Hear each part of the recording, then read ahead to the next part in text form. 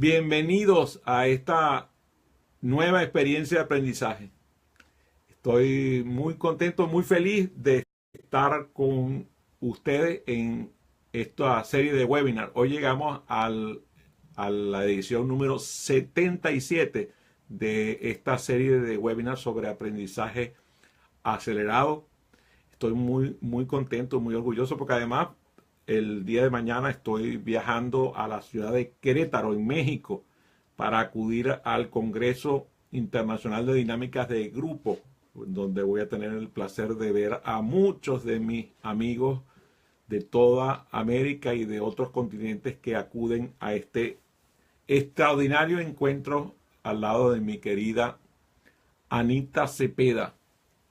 Se puede imaginar lo contento que me siento. Saludos a todos los que se conectan.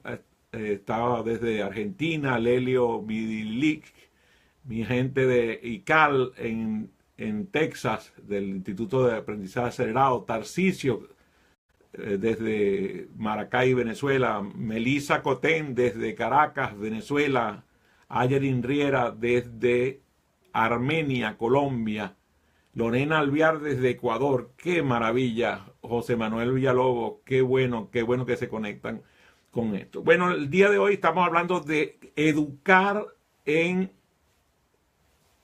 educar la autoestima, educar el autoconcepto. ¿Se puede educar el autoconcepto? Déjenme decirle que esto ha sido un fraude, porque el autoconcepto no se lo puede otorgar nadie a otra persona. O sea, no le puedes decir, bueno, véndame por favor medio kilo de autoestima. No, eso no puede. Tiene que pasar desde el lado dentro. O sea, tiene que ver con nutrirse la autoestima. Eso sí, puede haber un ambiente que permita el que se nutra la autoestima de la gente. La autoestima es algo intangible que es difícil de medir, por cierto. Algunos psicólogos han intentado realizar pruebas psicométricas para medir la autoestima. Está mi querida Ayerin ha trabajado con empresas que trabajan con instrumentos psicométricos. Lo que nosotros hemos podido aprender de esto tiene que ver con que ese brillo interior que es la autoestima, esa capacidad de expresar el ser único, irrepetible, insustituible que soy yo, eso es propio. Las personas tienen su autoconcepto y eso sí, el medio en el cual se desarrollan puede colaborar con que el autoconcepto del estudiante crezca, se desarrolle y cada vez sea más fuerte. Qué bueno se conecta mi amigo Fernando Delgado desde Maracaibo, Venezuela. Un gusto, mi querido amigo de la infancia, Fernando Delgado. ¿Cuáles son los elementos de la identidad? O sea, ¿a qué edad se forma la identidad? Yo soy de los que opina que desde que el ser humano se concibe, empieza a tener un grado de identidad. Y esa identidad se va forjando a través del desarrollo fetal y de las expresiones de afecto, cariño y amor que la madre, a través de la relación extraordinaria que hay con el feto primero y después con el bebé, va nutriendo esa relación madre-hijo y esa relación padre-hijo y todo lo que tiene que ver con el ambiente que rodea a la mujer en el embarazo. Ahora, ¿a qué edad empieza a cultivarse los valores? Cuando ya el niño, por ejemplo, se sabe que adquiere algunos elementos del lenguaje, los adquiere intrauterinamente. Ya hemos visto avances en el estudio de esta área del saber, y que cuando el bebé nace, que empieza a relacionarse con su madre, ya empieza a emular, a imitar los movimientos que la madre hace al hablar, y el aparato fonador completo empieza a imitar a su madre. Qué maravilloso, ¿verdad? Qué extraordinario es ese conocimiento. Y ese conocimiento sigue entonces influyendo en los papeles que adquiere el bebé. El bebé sabe los valores, conoce de valores, conoce a través de los diferentes papeles que juegan sus padres, conoce de los valores de sus padres, de los valores de su familia, de los valores que lo rodean. Y empieza a decidir, a forjar su papel en la sociedad. Claro que después del punto de vista del ciudadano que se va forjando, ese pequeño ciudadano que ya tiene uso de razón, empieza a desempeñar ciertas responsabilidades, y dependiendo de la manera en que los padres educan a sus hijos en su propia responsabilidad, empieza a construirse su identidad. Qué saludo tan maravilloso de mi amigo José Francisco Aranguren allá en Barcelona, España. Espero que haya ido a visitar a mi hermosa hija Aliet allá en Barcelona. También saludo a Marcela Martínez, que se conecta con nosotros desde el Facebook Live. Cuando la familia inmediata, el círculo que rodea al niño, empieza a forjar esa relación, y el niño empieza a relacionarse con otros seres humanos y con el mundo que lo rodea, empieza a construir esa identidad propia, que es, digamos, es una maravilla pensarlo, porque es una especie de obra en desarrollo. Nosotros somos seres que vamos construyendo nuestra identidad en la historia. O sea, nosotros no tenemos una identidad. Yo no soy de ninguna forma determinada. Yo soy, y mejor dicho, voy siendo. Y eso ocurre también con el autoconcepto. Yo voy creando mi propio autoconcepto y voy variándolo con el transcurrir de los años. Ahora, por ejemplo, yo estaba viendo a mi querido Luis Carlos Zambrano, Lucas, que se conectaba. Entonces él tiene una identidad relacionada con su país de origen, Bolivia. Y José Francisco, por ejemplo, que es venezolano, tiene su propia identidad, pero está relacionado como él, como sacerdote jesuita, le ha tocado ir a diferentes destinos. Él va forjando una identidad en relación con toda la gente que ha ido conociendo en su ejercicio desde que era novicio hasta que se hizo sacerdote, y incluso lo vi fotografiado con el Santo Padre. Así que hasta esa parte de su identidad se fue forjando con los años. Entonces, este círculo de relaciones va construyendo el autoconcepto, va construyendo ese continuo, esa multifacética forma en que nosotros nos desempeñamos. Por ejemplo, yo veía una foto de mi amigo Miguel Bortot, que publicó una foto de cuando estábamos en unos ejercicios espirituales allá en el año 69 en Los Teques, en el Pignatelli, en Venezuela.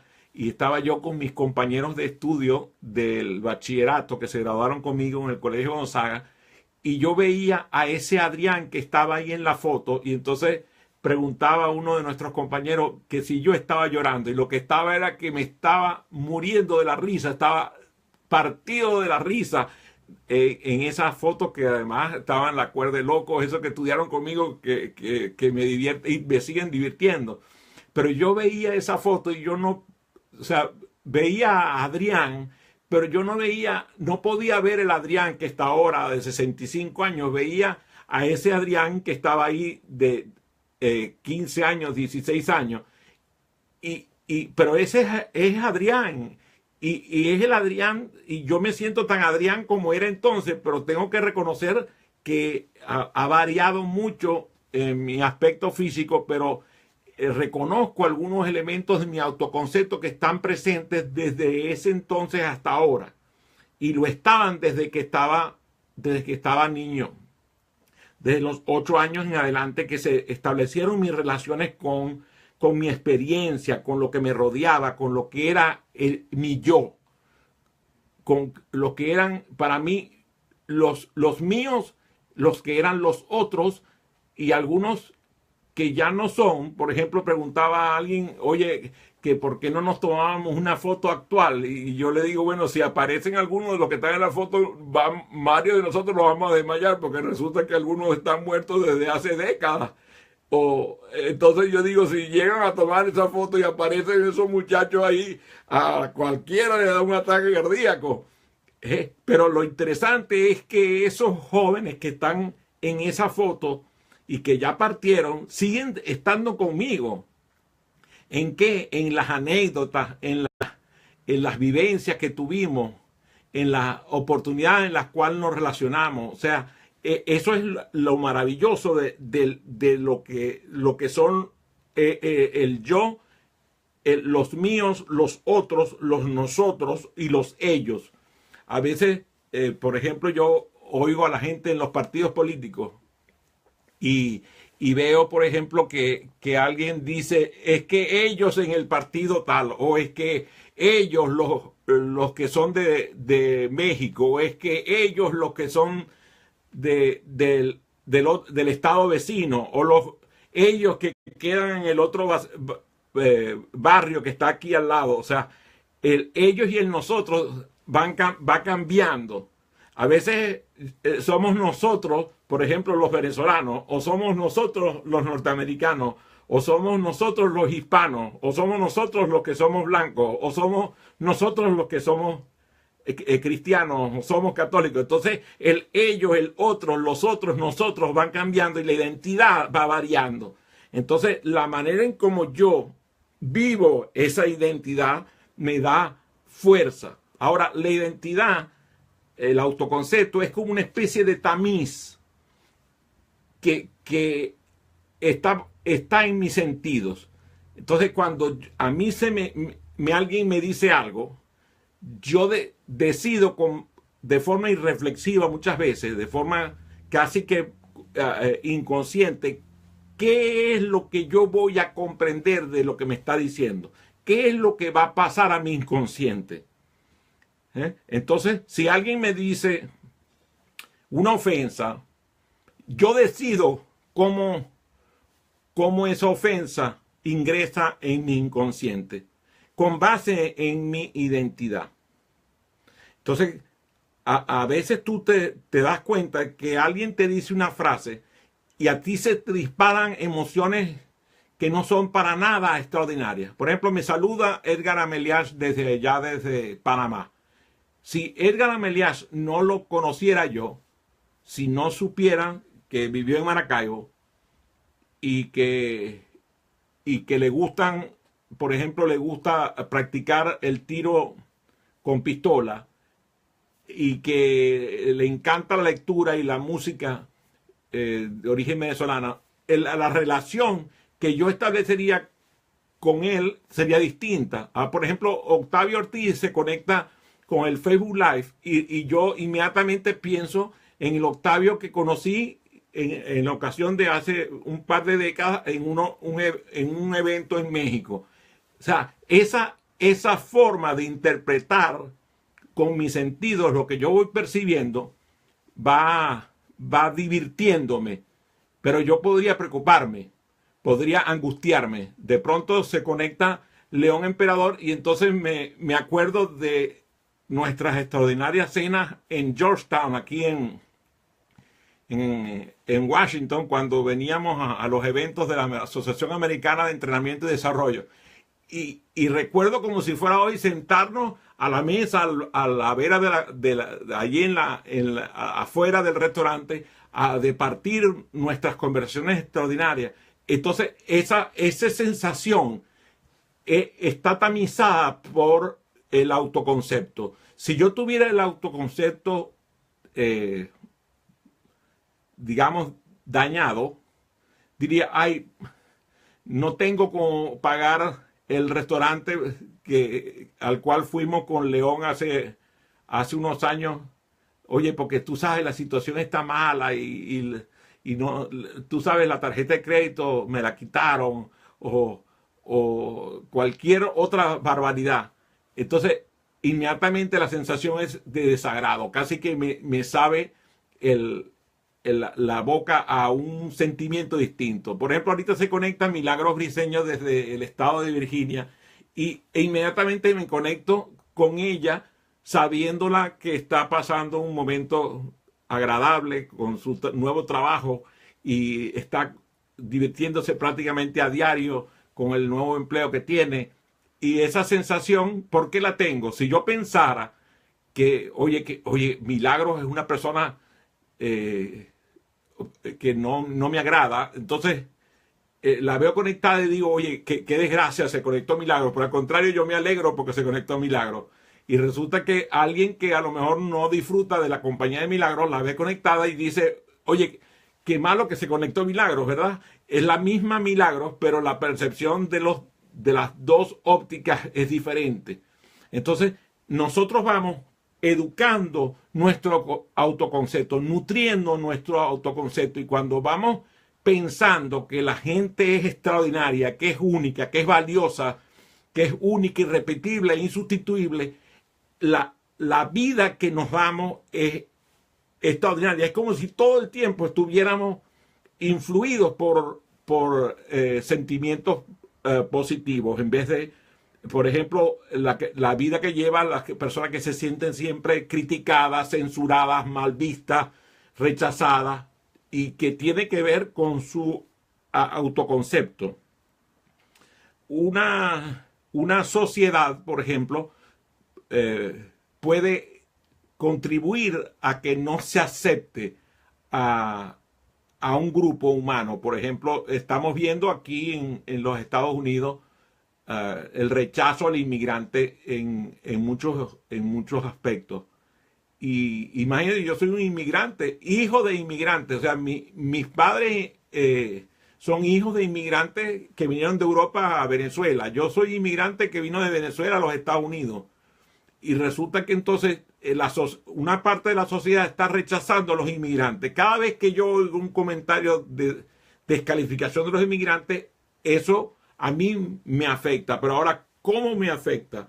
Me afecta positivamente para buscar defender los derechos de los inmigrantes.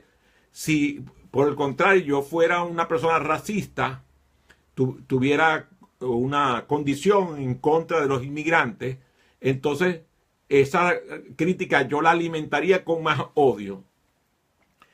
Nos vemos fortalecidos cada vez que nuestra sociedad se hace más colectiva, en donde cada quien respeta el derecho del otro, se escucha a la gente, se habla con cuidado de respetar razas, credos religiosos, credo político, conducta sexual, género. Entonces el autoconcepto se va nutriendo y es allí donde la variedad cultural hace que el proceso de desarrollo de la personalidad del estudiante se vaya incrementando, la personalidad vaya fortaleciéndose. Después de los primeros 8 años y que nos aproximamos a la edad adulta, estimular la razón, por ejemplo, ayuda a mejorar el autoconcepto. Nosotros no sabemos en qué parte del cerebro está la autoestima. Eso es un elemento que vale la pena que yo se los mencione. Nosotros no sabemos en qué parte del cerebro está la autoestima. Lo que sí sabemos es que parte de la razón está aquí en el lóbulo frontal. Entonces, cuando los ejercicios que realizamos los hacemos para desarrollar nuestra razón, los eventos emocionales empiezan a cambiar porque nuestra razón procesa parte de los eventos emocionales para lograr que ese tamiz de lo cual hablaba, por nuestro autoconcepto, reciba los eventos emocionales y los procese con mayor grado de raciocinio. Finalmente, el autoconcepto es un proceso de decisión personal. O sea, decíamos cuando hablamos al principio que tú no puedes desarrollar el autoconcepto en otro, que es algo que se desarrolla por sí mismo. Cada quien desarrolla su autoconcepto. No importa qué tan positivos o negativos sean los comentarios que tú recibes. No importa qué positivos o negativos sean las sugerencias que a ti te hacen. Tú decides y cada quien decide, y eso es una noticia extraordinaria, porque nosotros podemos decidir incrementar nuestro autoconcepto mejorando, por ejemplo, nuestra escucha, mejorando lo que nos concedemos, esos regalos que nos permitimos. Me gustaría escuchar algunas de las preguntas que tienes, Melissa o Ayerin, de las que han recogido de los diferentes chats que estamos escuchando. A ver, saludo mientras tanto a Francisco Alemán, mi querido amigo, y a Marcial Quintanar allá en Guadalajara, México. Gran amigo. Adelante, Melissa. Melissa, ¿está Melissa ahí? O, la conexión parece estar inestable por el lado de Melissa. Adelante, Melissa, escucho. Adelante. Ajá. Hay un problema con tu. Si quieres, dímelo por el chat del WhatsApp, así tengo la noticia de tu parte. A ver, bloquea tu micrófono, por favor. Contesta tu WhatsApp y me dices las preguntas que has recogido. Adelante. Tengo una pregunta, Adrián, mientras Melissa escribe en el chat. Adelante. Una pregunta. Bueno, ya queda claro, obviamente, que el autoconcepto es algo personal, que no nos lo pueden regalar, que no nos lo pueden otorgar, que se puede desarrollar y que el contexto apoya eso. En nuestra labor como facilitadores, ¿de qué manera nosotros podemos apoyar el desarrollo del autoconcepto de parte de nuestros socios de aprendizaje? Muy bien. Cada vez que una persona se expone a una experiencia positiva, eso colabora con que ella o él procese con el tiempo ese contexto positivo en el cual ocurre la experiencia. O sea, cada vez que yo me reúno con alguien agradable, positivo, extraordinario, con alguien que es sabio, que es humilde, esa relación parece influir positivamente en mi autoconcepto. Eso sería, por ejemplo, una manera. Tú como facilitador, con tus características extraordinarias, como ser humano, como humilde servidor de tu socio de aprendizaje, con el deseo que tiene con que él se desarrolle, eso colabora con que él mejore su autoconcepto. Otro elemento importante es que el tiempo también ayuda. El tiempo ayuda. A veces tú tienes una vivencia y esa vivencia, el tiempo y la distancia son esponjas para la memoria. Entonces, en la memoria tú puedes permitir que quede aquello que te favorece. Está todo realmente, porque la memoria es ilimitada, pero tú puedes tomar la decisión de qué recuerdos vas a tener sobre ese evento o sobre esa persona. Así que como facilitador también le vas regalando momentos de aprendizaje al socio de aprendizaje. Cada vez que el socio de aprendizaje se divierte, la pasa bien y aprende, eso contribuye a su autoconcepto. Gracias por tu pregunta, muy buena pregunta. A ver, escucho a Melissa. Bueno, que muchas personas tienen duda en cuanto a... Abre el micrófono, Melissa. Aquí está. Estoy hablando por el teléfono. Ah, Bueno, abre el micrófono. adelante. Que muchas personas tienen dudas en cuanto a cómo hacer para desarrollar el autoconcepto en los niños, qué actitudes o qué posiciones tomar para que se desarrolle una autoestima adecuada en los niños. Por ejemplo, yo tengo conectado ahorita a Benedicto Javier allá en Venezuela. Benedicto yo lo conocí trabajando para Fe y Alegría y fíjate que él me dice, la actitud es el convencimiento de que tenga los saberes, la experiencia, es parte del autoconcepto. Pero yo, por ejemplo, que veo la manera como Benedicto se relaciona con sus hijos, el amor que les ofrece, las frases que les dice, ellos van a recibirla por el amor que tienen sus padres y eso va seguramente a colaborar en el desarrollo de su autoconcepto. Cada vez que nosotros vamos a abrir la boca para decirle algo a nuestros hijos, tenemos que garantizar que nuestro cerebro está conectado con la boca. O sea, si tú vas a hablar y vas a decirle cualquier cosa a tus hijos, piensa, evita las reacciones automáticas, sobre todo con los adolescentes. Los adolescentes son capaces de sacarnos de nuestras casillas y que nosotros parezcamos a Linda Blair en El Exorcista, haciendo cosas terribles, diciendo cosas bárbaras a nuestros hijos. Tenemos que garantizar la conexión cerebro-lengua, o sea, cuidado con lo que hablas, piensa antes de hablar. Cuando tú hablas, las frases que tienen que salir son frases poderosas. Tú sí puedes, tú eres maravilloso, te amo profundamente. O sea, las frases continuas que ayudan al desarrollo de un sentido de la escucha tienen que penetrar a través de la escucha al inconsciente. Y no solamente las frases, sino los gestos, el lenguaje corporal, todo eso ayuda a que el socioaprendizaje desarrolle su autoconcepto. Lo mismo en el caso de los padres.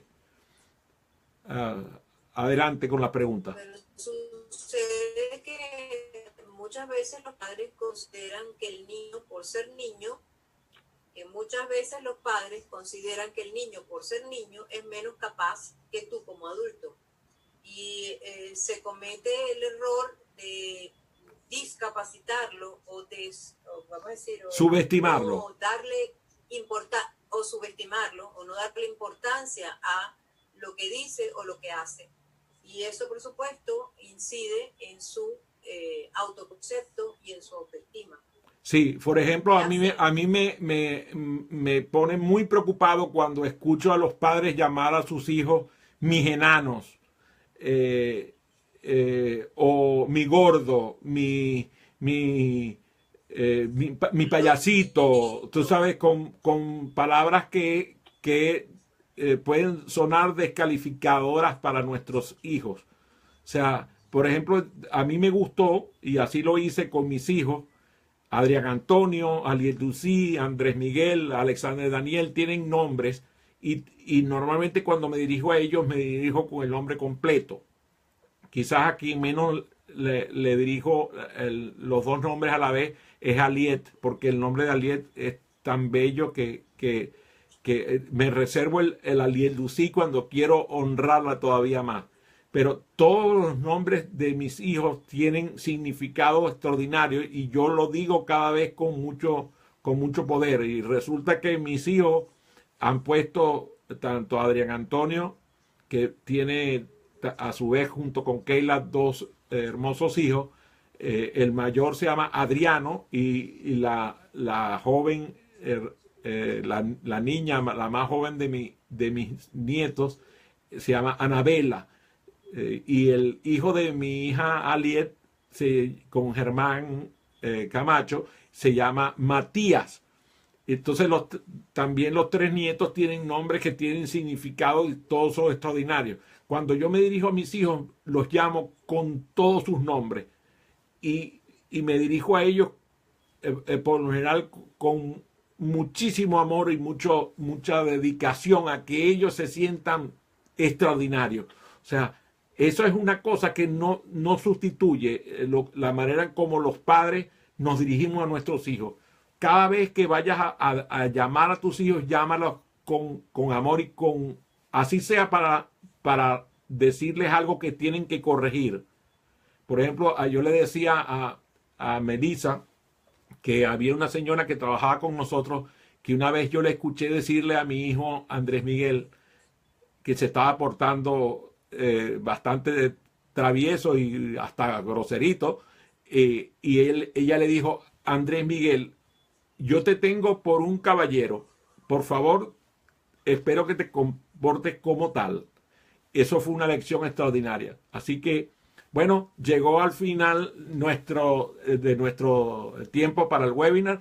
Nos vemos la semana que viene. La semana que viene va a ser extraordinaria. Voy a hablar sobre tips para facilitadores extraordinarios.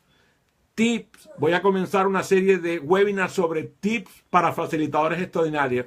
La semana que viene los tips van a estar relacionados con la organización y planificación de nuestras experiencias de aprendizaje. Que tengan una feliz noche. Los quiero mucho. Nos vemos como siempre en el espejo. El miércoles recuerden verificar la hora porque ya cambió el horario aquí. Serán las 7 de la noche, hora de Nueva York, hora del este de los Estados Unidos. Que tengan una feliz noche.